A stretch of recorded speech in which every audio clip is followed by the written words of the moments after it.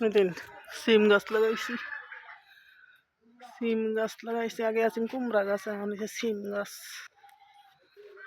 গাছ মাশাআল্লাহ অনেক বড় হয়েছে, গাছটা মাশাআল্লাহ অনেক বড় হয়েছে। সিম গাছ